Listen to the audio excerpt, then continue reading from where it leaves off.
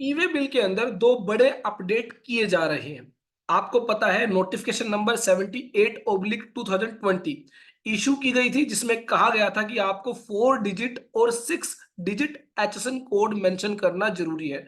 अगर आपकी turnover up to 5 crore rupees है तो 4 डिजिट, और अगर आपकी टर्नओवर 5 करोड़ से ज्यादा है तो 6 डिजिट एचएसएन कोड मेंशन करना जरूरी है। लेकिन ई वे बिल जब आप जनरेट करते हैं तो ऐसा कोई वैलिडेशन जो है ई वे बिल पोर्टल पर अभी तक नहीं लगाया जा रहा। इट मींस बहुत सारे लोग जिनकी टर्नओवर 5 करोड़ से ज्यादा है वो अभी भी 4 डिजिट एचएसएन कोड के साथ ई वे बिल जनरेट कर रहे हैं। तो ऐसे में यहाँ पर जो है एक एडवाइजरी इशू की गई है और कहा गया है 1 February 2024 से जो है यहाँ पर एक वैलिडेशन चेक ई वे बिल पोर्टल पर लगा दिया जाएगा। और अब अगर आपके केस में 4 डिजिट रिक्वायर्ड है तो 4 डिजिट आपको मेंशन करने होंगे। अगर आपके केस में 6 डिजिट रिक्वायर्ड है तो आपको 6 डिजिट मेंशन करने होंगे ई वे बिल जनरेट करते हुए। एक और बड़ा अपडेट किया गया है यहाँ पर ई वे बिल के रिगार्डिंग। उससे पहले अगर आपने अभी तक हमारे यूट्यूब चैनल को सब्सक्राइब नहीं किया है, जल्दी से कर लीजिए। अगर आप अपडेटेड रहना चाहते हैं GST, income tax, TDS, ESIC and EPF से। उसके अलावा हमारी ऐप जरूर डाउनलोड कर लीजिए, जहां पर बहुत free material and content provide किया गया है। साथ ही अच्छे कोर्सेज आपको दिए गए हैं जिसके जरिए आप बन सकते हैं expert in the field of accounting, GST, TDS, ESIC, EPF. अब बात करते हैं सेकंड अपडेट की। तो यहां पर एक गलती की जा रही है। क्या गलती?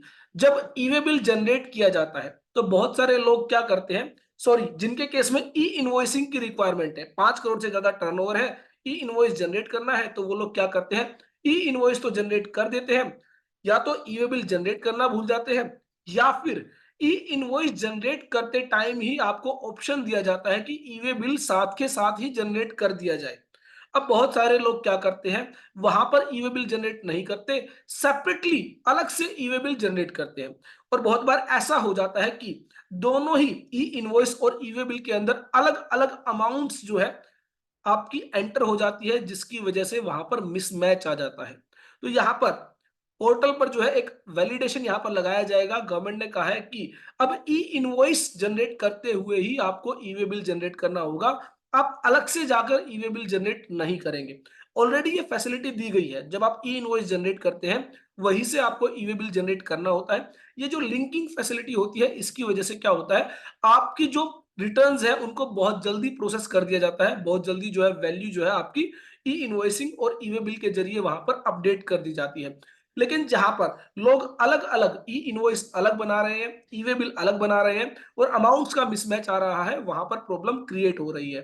तो यहां पर कहा गया कि since e-way invoice has been optionalized since October 20 for the taxpayer with annual aggregate turnover up to 500 crore rupees, and eventually in a phased manner e-invoice generation is mandatory having turnover above rupees 5 crore। तो आज की date में क्या है, the e-way bill, if during the e-invoice generation if the transportation details are sent, the e-way bill is automatically generated। अगर वहां पर transportation detail है, ई इनवॉइस आप जनरेट करने जा रहे हैं, तो ई वे बिल जो है आपका ऑटोमेटिकली जनरेट कर दिया जाता है। Most of the tax payers are generating the e invoice along with the e way bill. बहुत सारे लोग जो है लिंकिंग करते हुए ई इनवॉइस के साथ ही ई वे बिल बना रहे हैं। लेकिन however on analysis it is found that some of the taxpayers who are eligible for e invoicing are generating e way bill without linking with e invoice।